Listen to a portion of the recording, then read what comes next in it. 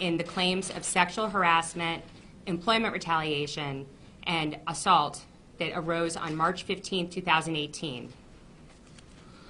The four women are State Representative Mara Reardon, Gabrielle McLemore, Nikki De Silva, and as I mentioned, Samantha Lozano.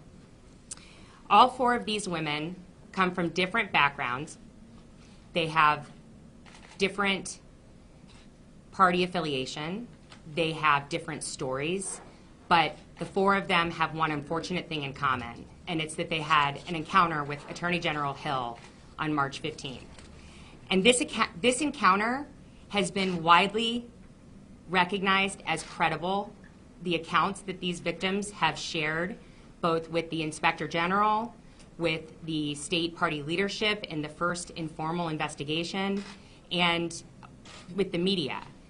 The Inspector General's office and the special prosecutor even mentioned this morning how credible they found these women's accounts. They acknowledged that this improper sexual harassment occurred and that the women's accounts were trustworthy. Governor Holcomb has even recognized that the women's accounts are trustworthy. We are here today to announce that these four women have taken the initial steps to pursue civil claims against Attorney General Hill, the state of Indiana, and the Attorney General's office. All Hoosier workers, including these women, all state employees, and elected officials are entitled to the protection of state and federal law against retaliation, sexual harassment, and related claims that arise. We want to say one quick word about timing. We have been working on these claims and preparing to pursue federal charge of discrimination and a Indiana tort claim notice, which is the initial steps that will be taken to pursue civil litigation. And we came forward today when we found out yesterday that the Inspector General was going to be making his the Inspector General and Special Prosecutor were going to be making their reports known today. So we wanted to be sure to share the reports of these, the victims, and give you a chance to hear what the steps they're taking. So I'd like to introduce to you Representative Mara Reardon, who will be speaking on behalf of the victims. Wow, this is, sorry, none of us really want to be here, no offense, but I am proud to stand with these brave women who have had the courage to come forward and make their voices heard. We embark on this journey together to fight for the protection of individuals who deserve to feel safe at their workplace. Hoosiers know what is right. We know that the egregious behavior exhibited by Curtis Hill is wholly unacceptable. We can and should do better. It is our strong hope that as a result of our actions, workplaces across Indiana will be safe places for our daughters, for our sons, for our sisters, for our brothers, and for all. We stand together with all Hoosiers for a better and safer Indiana. Thank you. Hi, my name is Kim Jazelskis, and I'm also an attorney representing Mara, Samantha, Gabrielle, and Nikki. And I just wanted to provide some more detail about what we filed this morning. In many instances before initiating a lawsuit or court action, individuals must take certain steps to preserve their right to do so, or their claims will be barred. Today, Mara, Samantha, Gabrielle, and Nikki have preserved their right to file a lawsuit and bring certain claims against the state of Indiana, the Indiana Attorney General, and the Office of the Indiana Attorney General. They've done so by first serving a tort claim notice with the state and by filing charges of discrimination with the Equal Employment Opportunity Commission. With respect to the tort claim notice, any individual who wants to pursue a tort-related claim against the state, like assault or battery, must first file the tort claim notice. This morning we filed that required notice with the Indiana Attorney General's office, which is the office responsible for investigating tort claims against the state. The tort claims that Mara, Samantha, Gabrielle, and Nikki intend to pursue include assault, battery, defamation, and false imprisonment. This morning, we also filed charges of discrimination with the Equal Employment Opportunity Commission, or the EEOC, This is the federal agency responsible for enforcing federal laws that make it illegal for employers to discriminate against employees because of a protected category such as sex. And they also prohibit retaliation in cases where a person has complained about discrimination. Here we're claiming that the state of Indiana violated Title VII of the Civil Rights Act of 1964 as amended by discriminating against Mara, Samantha, Gabrielle, and Nikki because of their sex, and by retaliating against them for complaining about such discrimination. We are also exploring additional claims which don't require these initial steps, but they will be joined in with the other claims when we do file the lawsuit in court. We're here to answer any questions you may have. Mara, Samantha, Gabrielle, and Nikki are also happy to answer any questions. What is your reaction to the decision of the prosecutor not to file criminal charges? Mara, why don't you go ahead? Our reaction is that it really doesn't have anything to do with what we're doing here today. As the special prosecutor stated, that was a completely different track, a completely different set Standard. of burden.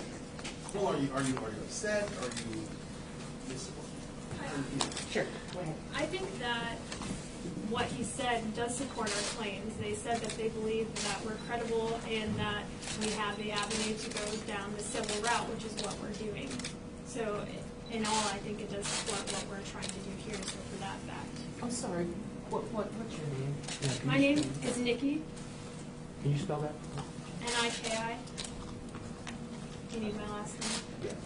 Da Silva, D-A-S-I-L-V as in Victor, A. Does the retaliation claim apply to all four of you or some of you? And what's the nature of that? What's being alleged? Yes, sure. Go ahead. The retaliation claim applies to all of them, and it has to do with the actions that the Attorney General engaged in after the complaints came forward. So from the time the Taft report was leaked to the media, the following months, the things that occurred, such as threatening to file lawsuits against them, saying that they were liars, things of that nature. Those are the instances we claim are retaliatory. I see that in support of the defamation claim. Doesn't retaliation have to involve job retaliation? Well, they're also claiming, though, that they were victims of a hostile work environment. Even though this happened outside of the workplace, it's still a work-related function. Title VII doesn't stop at 5 p.m. When you go to a work-related event, you can still be sexually harassed and it's still actionable. So by complaining about that harassment and opposing it, in response, they were threatened with a lawsuit and called liars. And I think it's important to recognize that we're talking about the highest legal officer in Indiana. This is the person who is charged with enforcing Indiana law. And the question of what he engaged in that night and the standard of his conduct after that night and what conduct has been sanctioned or permitted or tacitly approved by the state of Indiana is at issue. Often when the state is sued, they come up with they're immune. How will you get around that argument that the defendants say that they are immune from these charges? Sorry, my name is B.J. Brinkerhoff. I'm one of the attorneys for these women. I think that's probably a litigation strategy question that we're not comfortable divulging at this point in time, but certainly we're going to be prepared for anything that they throw at us in response. Are you saying Curtis Hill took, on the tort claim, that Curtis Hill was acting in an official capacity at 2 a.m. in a bar? I think that's the position we are taking, yes. And I think some of the statements that hopefully will be, that you guys are aware of, that he made that evening, that have been made public, that were in the memo, and hopefully are in the IG's report today, indicate he certainly was acting as the Attorney General at the time. And holding himself out as the Attorney General. For any of the four women, what do you want to happen next to Curtis Hill? So, hi, I'm Gabby McLemore. Nice to you all in a different setting. So, you know, this is what has happened here today has told women that when we come forward, that when we share what happens to us, that, you know, we can be believed, but that doesn't really mean anything. And I think, you know, the actions that we're taking against Curtis Hill are one thing, but this is also a message that further actions like this cannot be tolerated, cannot continue to go on without consequences being given.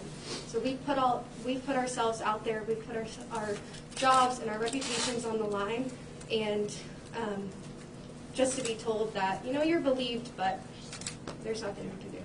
So we're just taking that next step to see if there is something we can do. Well, do you want Curtis Hill to resign? Yeah, we've said that in the past, and, you know, whatever these claims ultimately lead to, if that's him resigning or whatever else it leads to, then that's what we're happy with. On that number, Representative, I don't think you said this to me, but some of your colleagues have called for impeachment. Is that something you would support? I think that that process has to play out as we move forward. I don't know what the General Assembly will do. I would assume that I would have to recuse myself from an impeachment vote. So, but I think for me, really, I believe that there has to be some systemic change in the culture of the State House, and also in the way, in the process. I would like to see a more formal process to deal with it and to protect employees and elected officials and anybody who works in and around the process also needs protection. And currently, there's nothing that provides that. So that would be my hope. Should Brian Bosma step away from helping write some of the guidelines that are being developed right now to govern, you know, the I don't think that's a call for me to make. I think that personally, I believe that everybody should be involved in the process. Should the standard for misdemeanor assaults, when you changed, the special prosecutor said that this didn't rise to that standard, you're in a position to change the standard? I believe that those changes should and could be made to the statute. But one of the reasons we're here is because there's a civil remedy. And so where the criminal system may not be the outcome that is preferred or available, the reason that there are civil claims available and that the reason that there are different standards are because sometimes criminal claims may not be available or appropriate, but civil claims will be able to proceed. And all we're doing today is taking the first step towards those civil claims. No lawsuit has yet been filed. Our investigation has not been completed. We are merely taking the first steps to protect these victims' right to file civil claims. Emotionally, how are you feeling in your heart and hearts? We are feeling well. We are feeling confident. I decided to stay anonymous because it was my decision, my personal decision, but it is time to speak about what is right, and it's time to create these new avenues. I am happy with the results, but we're going to do more work. What changed you? Samantha Lozano. How do you spell your last name? Lozano. So then what changed? What prompted you to go forward? Because I know what I saw, and what I saw is wrong. And I don't need to be silent anymore, and people need to know my story and what I saw that night. Wasn't that the case last week and the month before as well? I mean, it's your personal choice. I'm just curious what prompted you to change it. Because it is time. It's my decision to do so. It's my decision to share my name. If I can go back to some legal things that I can understand this for myself. The hostile work environment doesn't stop at 5 p.m. Doesn't the retaliation toward require on-the-job retaliation simply affects work status as opposed to merely actions taken in private capacity? Am I misunderstanding the tort? Well, the retaliation claim that we're pursuing is based on Title VII. So that statute prohibits discrimination based upon a number of protected characteristics such as gender, race, national origin. And then the statute also prohibits retaliation because an individual opposed discrimination. The most typical scenario you think of is when a female complains about being sexually harassed, and then she's terminated, or she's demoted, or she's put on the night shift. So it doesn't have to be a concrete step such as termination. Retaliation can come in a number of ways. And we've talked about a few of the ways we think that they were retaliated against. But all those things you outlined would be related to the work status, the things that you've described previously would be independent of the work status. Does that still fall under Title VII?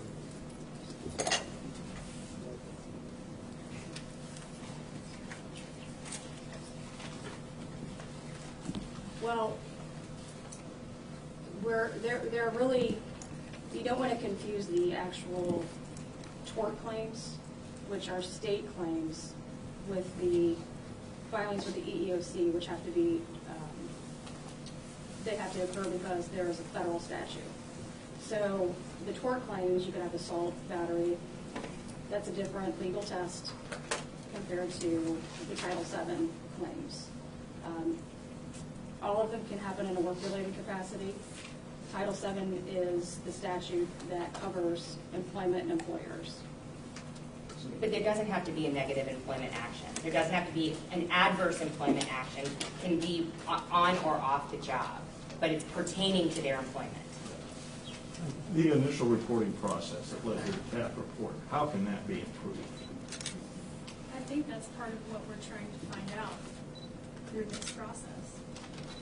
So maybe that's creating stronger policies that, you know, both the Senate and the House go by, making sure they work across branches of government and not just within, you know, our Senate staffers, making sure if an Attorney General were to do something, that there's something in place for actions that can take place in response to that. So right now, there isn't anything that approaches what to do if something happens from the governor's office or from the Secretary of State's office. So trying to have some kind of comprehensive policies would be ideal.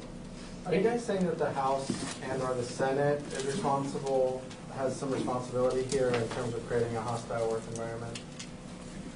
We're not saying anything yet. We're taking first steps to protect the rights for these women to pursue litigation. So that by naming the state of Indiana and putting them on notice that they may have liability, that's all we're saying today. I will jump on what Gabby just mentioned and say that it's important to also acknowledge that in both chambers of the General Assembly, that the policies for the prevention, reporting, and remediation of sexual harassment are woefully inadequate. In fact, Speaker Bosma has acknowledged that publicly. One of the reasons these women have come forward today in this capacity is to ensure that the ball is not dropped or even put down for a moment. It's essential that the state of Indiana take action to improve how they treat victims of sexual harassment and similar discrimination, because the policies in place right now are virtually non-existent. The structure to report is virtually non-existent. If you succeed on your tort claims, won't Hoosier taxpayers be on the hook for Curtis Hill's bad behavior? The purpose of this case is not seeking financial restitution, and in fact, the financial restitution that's available is really not at all the motivating factor, and the damages that would be available are not at issue at this moment. In fact, what we're seeking right now is to get attention to this issue and seeking as much equitable relief, which is a non-monetary relief, to remedy what's occurred with these women. And when you talk about taxpayer resources being at issue, there's been quite a bit of time, money, and resources used by the Attorney General's office to discredit these victims. But presumably, the maximum payout on a tort claim would be $5 million from the state, not from Curtis Hill. Well, that's one party that may be named. We've put the state on notice that it might be named. What needs to happen before you make the decision to get a credible notice to try to take action? They have a certain amount of time to respond. I believe it's 90 days. If they can respond or not respond, at that point, we can then proceed with the claims. The EEOC, though, has jurisdiction over the charges for 180 days. So we will have to at least wait that amount of time before we could request a right to sue. Is it purely a question of waiting out the statutory waiting periods on both ends? Is this a done deal within 6 months there will be a lawsuit, or there is a need to find an investigation before that? I think for us, unless there is some equitable resolution we can come to before it's time to file a lawsuit, we are just waiting for the time periods to pass, and we're moving forward. Would an equitable resolution be Curtis Hill's resignation?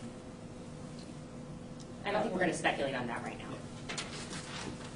Could one of your clients relate for us a personal moment, whether it was either a chilling impact and you thought, oh my gosh, they're coming after me, or when you got mad at them and said, oh, they're not going to get away with this?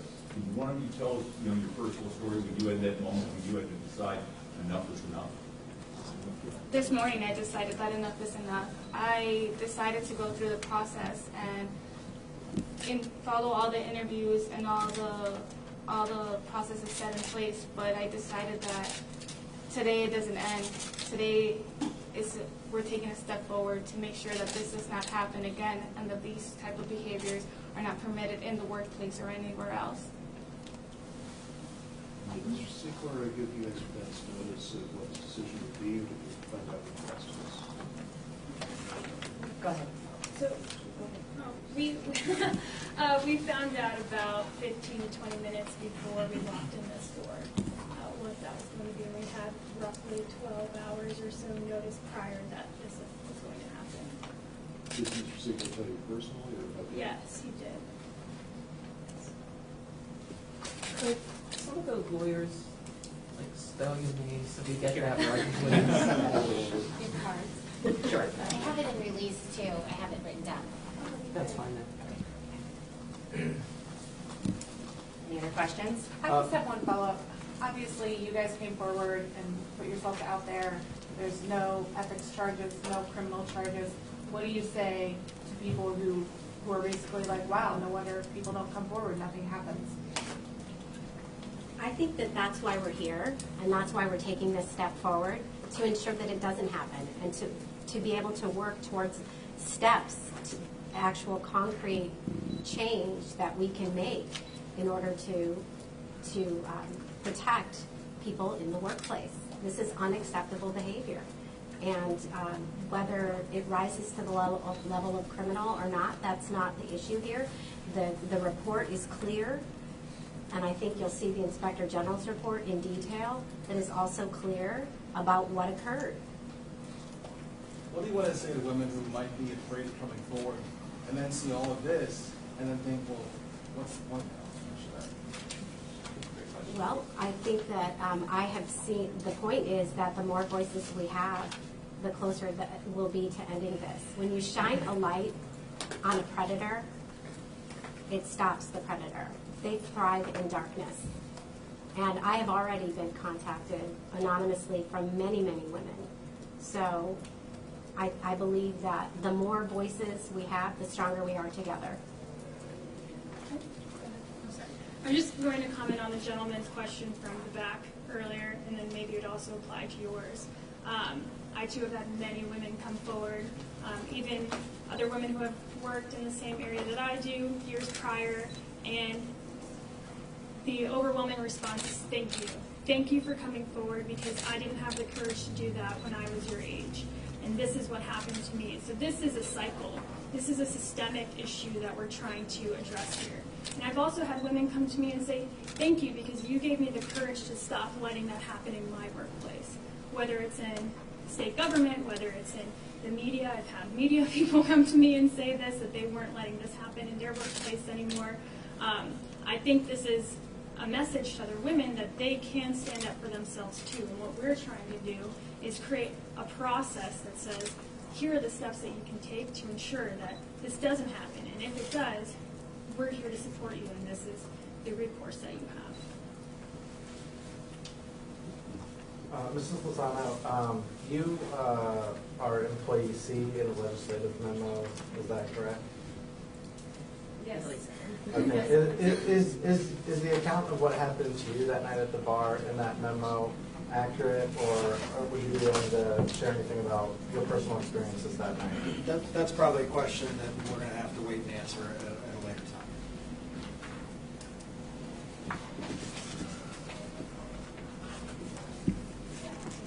Okay, thank you. Thank you very much.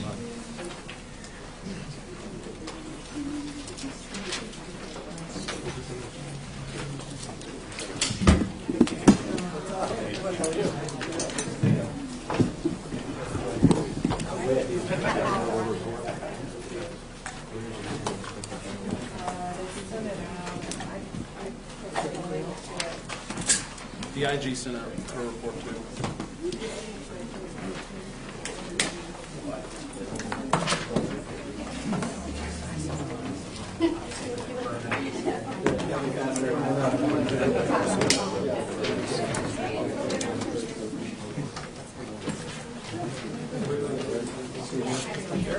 Thank you.